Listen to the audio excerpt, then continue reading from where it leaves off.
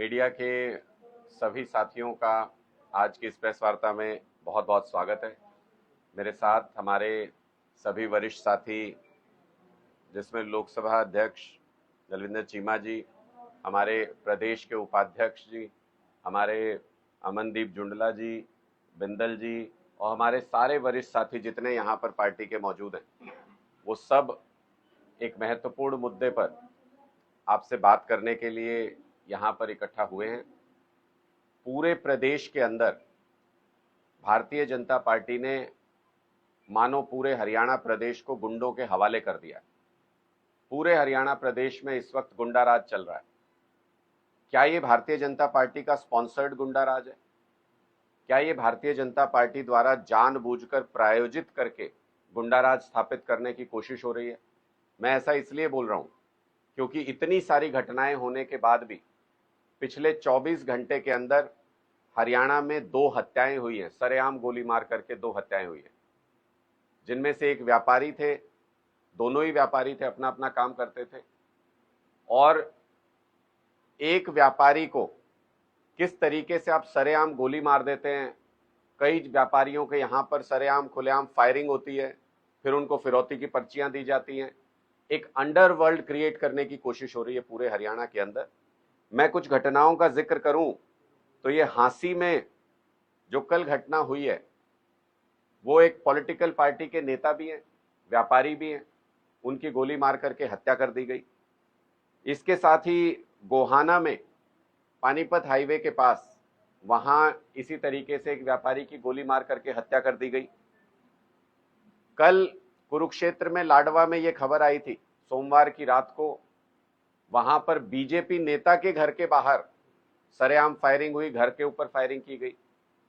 उससे पहले करनाल में पुलिस के एएसआई थे, उनकी हत्या कर दी गई। और पता नहीं कितनी ऐसी घटनाएं हैं जहां पर हिसार के एक शोरूम, महिंद्रा शोरूम था, उस पे तो दिन दहाड़े खुलेआम फायरिंग हुई। बचाना तो उनको चाहिए था, सुरक्षा देनी चाहिए थी, लेकिन कुछ दिन बाद पता चला वहां ईडी की रेड हो गई। तो लगता है कि जो गुंडों से काबू नहीं आते, फिर उनके लिए ये अपनी ईडी और सीबीआई जैसी एजेंसियां भेज देते हैं। इसका मतलब ये सारी चीजें इशारा करती हैं। आज टोल प्लाजा पर भी नारनौल के पास में फायरिंग हुई है, सोनीपत में हुई है। पूरे प्रदेश के अंदर इस तरीके का माहौल है कि कहां किसके घर के बाहर फायरिंग होगी किसी को पता नहीं, कहां किसकी गोली मार के हत्या हो जाएगी किसी को पता नहीं। और सारे प्रदेश में अलग अलग जगह से फिरौती मांगने की घटनाएं भी सामने आ रही हैं। हमें इस बात को लेकर के सरप्राइज होता है कि भारतीय जनता पार्टी की सरकार अब तक एक भी केस को क्रैक नहीं कर पाई। अगर गोली चलाने वालों को भी गिरफ्तार कर लिया तो ये नहीं बता पाए कि इसका सरगना कौन है, किसके इशारे पर यह फिरौती मांगी जा रही है। यह फिरौती नेक्सस पुलिस की सूचना के अनुसार, इंटरनल इंफॉर्मेशन जो हमारे पास भी है, 7 जिलों के अंदर फैल चुका है। अभी तक 7 जिलों में लोगों से फिरौतियां मांगी जा रही हैं। कुछ लोग पुलिस के पास कंप्लेंट देते हैं, जानकारी देते हैं, कुछ लोग अपनी जान के भय से जानकारी नहीं देते बल्कि फिरौती दे देते हैं। इसका मतलब पूरे हरियाणा के अंदर एक ऐसा अंडरवर्ल्ड क्रिएट करने की कोशिश की जा रही है, एक भय का माहौल क्रिएट करने की कोशिश की जा रही है कि जिसको भी पर्ची भेजी जाए वो चुपचाप फिरौती दे दे। हमारी शंका इसमें सिर्फ ये है कि भारतीय जनता पार्टी के इशारे पर, भारतीय जनता पार्टी की शह पर और उनके द्वारा प्रायोजित है ये पूरा भय का माहौल। मैं ऐसा इसलिए कह रहा हूं कि भारतीय जनता पार्टी 9 साढ़े 9 साल से भी तो सरकार चला ही रही थी। कानून व्यवस्था कोई बहुत अच्छी नहीं थी। हरियाणा की स्थिति सबसे निचले पायदान पर थी सुरक्षा के मामले में, लेकिन उसके बावजूद भी सरेआम गोली चलाने की घटनाएं इस तरह से नहीं होती थी। लेकिन पिछले 2-3 महीने में जैसे ये घटनाएं बढ़ी हैं, ऐसा लगता है कि भारतीय जनता पार्टी एक सुनियोजित साजिश कर रही है। सरकार खुली छूट देकर के, प्रायोजित करके, शह दे करके इस तरीके की घटनाओं को बढ़ावा दे रही है, ताकि इसकी आड़ में एक भय का माहौल पहले खड़ा किया जाए और फिर पुलिस को खुली छूट देने के नाम पर जब लोगों को यह लगे कि अब तो कोई और रास्ता ही नहीं है, भय इतना ज्यादा हो जाए लोगों के अंदर, तो फिर पुलिस को खुली छूट दे दी जाए, पुलिस के हाथ में एक हथियार थमा दिया जाए और जो भी विरोधी सरकार के खिलाफ आवाज उठाता है उसको कुचलने का खुला लाइसेंस पुलिसिया तंत्र को मिल जाए, इसके लिए एक माहौल क्रिएट करने की भारतीय जनता पार्टी कोशिश कर रही है। और पुलिसिया तंत्र का इस्तेमाल चुनाव के समय में करेंगे, जब जनता त्राही त्राही करने लगेगी, जब जनता ये कहेगी कुछ भी करो, ये गुंडा राज खत्म करो। ये तो चली इनके इशारे, इनकी शय पर रहा है, ये तो जिस दिन चाहे उस दिन खत्म कर देंगे। लेकिन कुछ भी करो जब जनता कहेगी, तो इनके हाथ में वो हथियार आ जाएगा कि पुलिस का किसी तरीके से भी इस्तेमाल करके किसी को भी कुचलने की खुली छूट इनको मिल जाएगी। और ये इस तंत्र का इस्तेमाल आने वाले विधानसभा चुनाव में करने जा रहे हैं, क्योंकि भारतीय जनता पार्टी के अंदर इस बात का भय है कि आने वाले विधानसभा चुनाव में इनकी बहुत बुरी हालत होने जा रही है हरियाणा के अंदर, इसलिए ये इस तरीके का षड्यंत्र रच रहे हैं। लोकसभा से जो परिणाम रहे, कितना संतुष्ट है? मुझे लगता है कि कुरुक्षेत्र लोकसभा के परिणाम से, हरियाणा के जो लोकसभा चुनाव हुए उसके परिणाम से एक बात तो स्थापित हो गई कि आम आदमी पार्टी हरियाणा में तीसरे विकल्प के रूप में पूरी तरह से स्थापित हो गई। बीजेपी और कांग्रेस के बाद अगर तीसरी कोई ताकत, तीसरा कोई विकल्प हरियाणा में है तो वो आम आदमी पार्टी है। क्योंकि तीन और पार्टियां जो दशकों से राजनीति कर रही हैं हरियाणा के अंदर, जेजेपी, इनेलो, बीएसपी, इन सब के सारे कैंडिडेट्स का पूरे हरियाणा का वोट आप जोड़ दीजिए, उससे ज्यादा वोट आम आदमी पार्टी ने एक लोकसभा सीट पर हासिल किया है। इसका सीधा मतलब ये कि हरियाणा के लोगों ने यह स्वीकार किया है कि तीसरा विकल्प आम आदमी पार्टी है। हम यही विकल्प बनाना चाहते थे हरियाणा में, हम इसमें कामयाब रहे। अब इस विकल्प को लेकर के गांव गांव, शहर शहर, घर घर जाएंगे और लोगों को इस नए विकल्प को चुनने के लिए आह्वान करेंगे। एक मौका केजरीवाल जी के लिए मांगेंगे। आम आदमी पार्टी 90 की 90 विधानसभा सीटों पर अपने दम से चुनाव लड़ने में सक्षम है। हम 90 की 90 विधानसभा सीटों पर एक एक बूथ के ऊपर अपने मजबूत बूथ योद्धा, अपनी बूथ टीमें तैयार कर रहे हैं, जो अरविंद केजरीवाल जी से सहमति रखने वाले लोगों को वोट में कन्वर्ट कर सके चुनाव के समय पर। ऐसा तंत्र तैयार करने की कोशिश आम आदमी पार्टी कर रही है। जन संवाद अभियान, जो बदलाव जन संवाद अभियान हमने चलाया हुआ है, वो इसी का एक प्रयास है। हम सभी 7000 गांव में और 1000 से ज्यादा वार्ड्स के अंदर ये बदलाव जन संवाद कर रहे हैं। यहाँ आपके असंध में भी लगातार ये बदलाव जन संवाद चल रहा है। गांव गांव में जाके लोगों से चर्चा करके बूथ लेवल की टीम्स बनाने का प्रयास चल रहा है। पंजाब में आपकी सरकार है, तो पंजाब में कौन से ऐसे कार्य किए जिससे हरियाणा के अंदर असर हो? देखिए, पंजाब में कहीं पे भी फोन करके पूछिए और उनसे पूछिए कि उनका बिजली का बिल 0 आता है कि नहीं आता है। अगर बिजली का बिल 0 आता हो तो हरियाणा में वोट दीजिएगा, वरना वोट मत दीजिएगा। हम तो खुले तौर पे ये कहते हैं। पंजाब में किसानों से ये पूछिए कि उनके लिए हमारी सरकार ने काम किया कि नहीं। पूरे देश के अंदर अगर एक एग्जाम्पल सेट करने का काम किया तो वो पंजाब में भगवंत मान जी की सरकार ने किया, उसके लिए मैं उनको सलाम करता हूँ। अग्निवीर योजना के तहत जैसे हमारे युवाओं का तिरस्कार किया गया, उनको शहीद का सम्मान देने से भी जैसे केंद्र सरकार पीछे हटी, उसी दौर में भगवंत मान जी ने एक एग्जाम्पल स्थापित किया। 1 करोड़ रुपए उन्होंने अग्निवीर योजना में हर किसी शहीद को दिए, उनके परिवार को सम्मान राशि के रूप में दिए। और साथ ही साथ किसान आंदोलन में, जो हमारा एक साथी किसान आंदोलन में जो दिल्ली जाना चाहता था अपने हकों की आवाज उठाने के लिए, उसकी जिस तरीके से गोली मार करके हत्या कर दी गई वहां पे, उसके परिवार को भी 1 करोड़ रुपए की सम्मान राशि और उनकी बहन को नौकरी देने का काम भगवंत मान जी की सरकार ने किया। ऐसी सरकार हरियाणा के अंदर लोग चाहते हैं।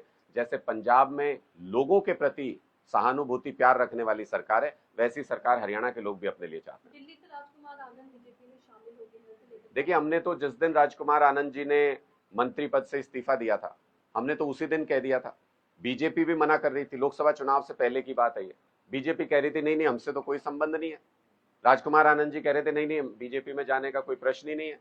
लेकिन आम आदमी पार्टी ने आधिकारिक तौर पर, संजय सिंह जी का बयान अभी भी मौजूद होगा, उन्होंने तभी ये कहा था कि जिस दिन ये बीजेपी में शामिल हो, ये बीजेपी के संपर्क में, बीजेपी का कराया धराया सब कुछ, जिस दिन ये बीजेपी में शामिल हो, उस दिन बीजेपी से ये सवाल जरूर पूछा जाना चाहिए कि इनके यहाँ तो ईडी के छापे पड़े, इनके ऊपर तो ईडी की कार्रवाई चल रही है, ऐसे व्यक्ति को भारतीय जनता पार्टी ने अपनी पार्टी में क्यों ले लिया? कांग्रेस के खिलाफ आम आदमी पार्टी को मैंडेट दिया था और आपने गठबंधन में उसी पार्टी के साथ चुनाव लड़ा। लगता नहीं आम जनता में एक आम आदमी पार्टी की नीतियों के ऊपर सवाल हुआ? देखिए, लोकतंत्र के अंदर जनता का वोट बदलता है, जनता का मत बदलता है, तभी सरकारें बदलती हैं। अगर किसी ने कभी कांग्रेस को वोट दिया, वो हमेशा के लिए कांग्रेस का ही हो गया, ऐसा तो संभव नहीं है। अगर किसी ने बीजेपी को वोट दिया वो हमेशा बीजेपी को ही देता रहेगा, ऐसा भी संभव नहीं है। जब लोग अपना मत बदलते हैं, मन बदलते हैं, तभी सरकारें बदलती हैं। समय और परिस्थिति के हिसाब से बहुत सारी चीजें बदलती हैं। 2014 की चुनौतियां अलग थी, जिनको देखते हुए जनता ने अपना मैंडेट दिया। लेकिन जब जनता ने किसी को अपना मैंडेट दिया और वो अपने आप को देश का राजा समझ बैठा, तानाशाह समझ बैठा खुद को, तो उसकी अकल ठिकाने लगाने के लिए भी उसकी जनता की लड़ाई लड़ने की जिम्मेदारी भी हम सबकी थी। हमने इंडिया गठबंधन के तहत एकजुट होकर के भारतीय जनता पार्टी की उस तानाशाही सरकार और उस तानाशाह के दोनों हाथों में बैसाखियां पकड़ा दी हैं।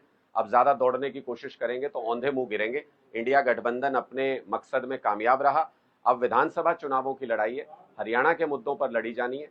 और लोकतंत्र बचाने के बाद सबसे बड़ी बात यही है कि हर पार्टी अपने मुद्दे लोगों के बीच में लेकर के जाए, जिसको लोग स्वीकार करेंगे वही नतमस्तक होकर के सरकार चलाए। हरियाणा में चुनाव में ओबीसी और एससी चेहरे पर दाव लगाया जा रहा है बीजेपी की तरफ से, क्या कुछ?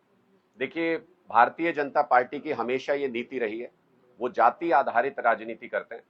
वो जातियों को आपस में लड़ा के, धर्म को आपस में लड़ा के, संप्रदाय को आपस में लड़ा के, प्रदेश को प्रदेश से लड़ा के वो वोट हासिल करना चाहते हैं। लेकिन इससे देश का भला नहीं होता, इससे प्रदेश का भला नहीं होता, इससे प्रदेश का नुकसान होता है। आम आदमी पार्टी की नीतियां काम करने की हैं, ऐसे काम जिससे हर संप्रदाय, हर मजहब, हर जाति के व्यक्ति का फायदा हो। मुझे कोई ऐसा बेरोजगार समझ में नहीं आता जो अपनी जाति की वजह से बेरोजगार है। बेरोजगार बेरोजगार होता है, किसी भी जाति का हो। बच्चा बच्चा होता है, किसी भी जाति का, उसको शिक्षा चाहिए। इसी तरह से महिला महिला है, किसी भी जाति की, उसको सुरक्षा चाहिए। ऐसे तमाम मुद्दों के ऊपर आम आदमी पार्टी काम करती है। हम काम के आधार पर राजनीति करते हैं, हम जाति के आधार पर राजनीति नहीं करते। रिश्वत का एक और मामला लगाया जा रहा है इनके ऊपर सचिन पुजारी। देखिए, ये तो भारतीय जनता पार्टी का कुचक्र चल रहा है, दमन चक्र चल रहा है। उनकी कोशिश है कि किसी भी तरीके से अरविंद केजरीवाल जी और आम आदमी पार्टी को कुचल के खत्म कर दिया जाए, क्योंकि उनको पता है, जैसे कंस क्या करते थे, कंस श्री कृष्ण जी को जैसे ही उनका विनाश कौन करेगा उनको पता चला, तो उनको कुचलने का प्रयास किया। गर्भ में भी, गर्भ के बाद भी हर वो साजिश रची कि इसको बड़ा मत होने दो। तो भगवान श्री कृष्ण का विशेष आशीर्वाद अरविंद केजरीवाल जी के ऊपर भी है। वो भी जन्माष्टमी के दिन पैदा हुए। इसलिए मुझे लगता है कि उनको भी राजनीति के कंस जो हैं वो कुचलने का प्रयास कर रहे हैं, लेकिन वो जानते नहीं कि भगवान का सीधा आशीर्वाद है और जनता का काम करने के लिए ही अरविंद केजरीवाल जी को इस धरती पर शायद भेजा है। वो इनके इन षड्यंत्रों के काबू नहीं आएंगे और एक दिन कंस का विनाश कृष्ण के आशीर्वाद से ही होगा। आज आप असम विधानसभा पहुंचे हैं, तो असम विधानसभा को लेकर, आगामी विधानसभा चुनाव को लेकर क्या कुछ रणनीतियां हैं, क्या कुछ योजनाएं हैं? बहुत मजबूत शहरी होंगे जो आपका चुनाव लड़ने जा रहे हैं। बहुत मजबूत तैयारी चल रही है और हमारे सभी साथी जो असंध विधानसभा के अंदर काम कर रहे हैं वो बहुत ही कर्मठता के साथ एक एक गांव में जाके, एक एक वार्ड में जाके पूरी मेहनत से लोगों के साथ जुड़ने का काम कर रहे हैं। आम आदमी पार्टी सही समय पर सही निर्णय लेगी और पूरी ताकत के साथ असंध विधानसभा का चुनाव लड़ेंगे, इसमें किसी प्रकार का कोई संदेह नहीं होना चाहिए। देखिए, आम आदमी फोटो के अंदर आने के लिए तो आप जब आप पहुंचते हो तो फोटो खिंचवाने के लिए तो सभी देखिए, आम आदमी पार्टी का चुनावों के बीच में जाने का बहुत ही स्पष्ट फॉर्मूला है। इसमें कोई इफबट किसी प्रकार का नहीं है। हम उसको टिकट देते हैं, हम उसको चुनाव लड़ाते हैं जिसको इलाके की जनता कहती है। जनता की आवाज पर, सर्वे के आधार पर आम आदमी पार्टी अपनी टिकट का फैसला करती है। हमारा ये फॉर्मूला आगे भी इसी तरह से कायम रहेगा। जिसको असंध के लोग चाहेंगे वो चुनाव आम आदमी पार्टी की टिकट पर लड़ेगा भी और जीतेगा भी। एक बार ऐसा होता है कि हाईकमान से पैराशूट कैंडिडेट उतार दिए जाते हैं। आम आदमी पार्टी के अंदर ऐसा नहीं होता है। जहां होता है उनसे पूछिए, उनके अंदर जूते चलने वाले हैं। कुछ दिन में अपने अपने कैंडिडेट्स को लेकर के उनके जूते भी चलेंगे, सड़क पे भी चलेंगे और दफ्तरों में भी चलेंगे। हाईकोर्ट ने जो आदेश दिया है कि नेशनल हाईवे खोला जाए, उसके बारे में क्या कहते हैं? देखिए, हम इस फैसले का स्वागत करते हैं। हाईकोर्ट का ये एक ऐतिहासिक फैसला है और आम आदमी पार्टी लगातार इस मुद्दे को उठाती रही है कि शंभू बॉर्डर को बंद करके, वहां बैरिकेटिंग करके पुलिस हमारे संवैधानिक अधिकारों का हनन कर रही है। संविधान में 19(1)(b) धारा ऐसी है जो हमें ये इजाजत देती है कि हम देश के किसी भी हिस्से में आ जा सकते हैं। यही हमें बताता है कि हम आजाद हैं। हमारी वो आजादी छीनने की कोशिश की थी भारतीय जनता पार्टी की सरकार ने। अब कोर्ट ने स्पष्ट तौर पर कहा है कि हरियाणा सरकार के खिलाफ किसानों का कोई आंदोलन नहीं है। वो केंद्र सरकार से अपनी मांगे रखना चाहते हैं, दिल्ली जाना चाहते हैं। उनको दिल्ली जाने दिया जाए। 5 महीने से जिस तरीके की हठ बीजेपी की सरकार ने दिखाई, जैसे तानाशाही रवैया अपना के बॉर्डर बंद किया, उससे व्यापारियों को करोड़ों का नुकसान हुआ, सरकार को करोड़ों का नुकसान हुआ, नेशनल हाईवे अथॉरिटी को करोड़ों रुपए का नुकसान हुआ और किसानों को जान माल के साथ साथ उनके सम्मान की भी हानि हुई। इस बात के लिए भारतीय जनता पार्टी को जितना उसका विरोध किया जाए उतना कम है। मुझे लगता है ये सारे वर्ग आने वाले चुनाव में भारतीय जनता पार्टी को उनके गलत निर्णय का सजा देंगे। बॉर्डर तो ये भी खुला सर, पंजाब से हरियाणा वाला। देखिए, हरियाणा। सारे बॉर्डर्स खुलने चाहिए। देखिए, हमारा बहुत स्पष्ट मत है, जब हाईकोर्ट का आदेश शंभू बॉर्डर के बारे में आया है और बहुत कैटेगोरिकली उन्होंने ये कहा है कि कोई अधिकार नहीं है सरकार को ऐसे रास्ता बंद करने का, तो मुझे लगता है सद्बुद्धि भगवान देंगे सरकार को और उनको पता चलेगा कि ये निर्णय सिर्फ शंभू बॉर्डर के बारे में नहीं है, इससे सीख लेके बाकी सारे बॉर्डर्स को भी खोलना चाहिए। क्या अनुराग ठाकुर हरियाणा विधानसभा चुनाव में आम आदमी पार्टी के मुख्यमंत्री के चेहरे हो सकते हैं? नहीं, एक इसका जवाब दे दूं, आपका भी दूंगा। देखिए, 3 में ना 13 में, 0 को 0 से जोड़ लो तो 0 ही रहेगा, 1 तो हो नहीं सकता, ना 2 हो सकता, ना 10 हो सकता। तो ये आज के दिन में हरियाणा की राजनीति में बाकी सभी पार्टियों को लोगों ने रिजेक्ट कर दिया। लोकसभा चुनाव में आपने देखा भी होगा, न इनके पास विचारधारा है, न इनके पास चेहरा है आज के दिन में, न हरियाणा के लोगों की उम्मीदों को पूरा करने का रोड मैप है। ये सिर्फ चुनाव में उतर के आज घोषणाएं नहीं देखी आपने किस तरीके की है। अभय चौटाला जी को अगर सही से गिनती आती हो, गणित आता हो, तो अपनी की हुई घोषणाओं को जोड़ के देख लो, अपने आप पता चल जाएगा कि मोदी जी से भी ज्यादा फेंक रहे हैं। तो इससे स्पष्ट तौर पे ये समझ में आता है कि राजनीति के अंदर ये लोग हाशिए पे पहुंच चुके हैं, जो इनसे बर्दाश्त नहीं हो रहा। कुछ तो तिकड़म लोगों के सामने दिखाएंगे। 90 इनके पास उम्मीदवार नहीं थे आज के दिन में टिकट देने के लिए, मिलजुल के दे दे, 1-2% वोट ले ले।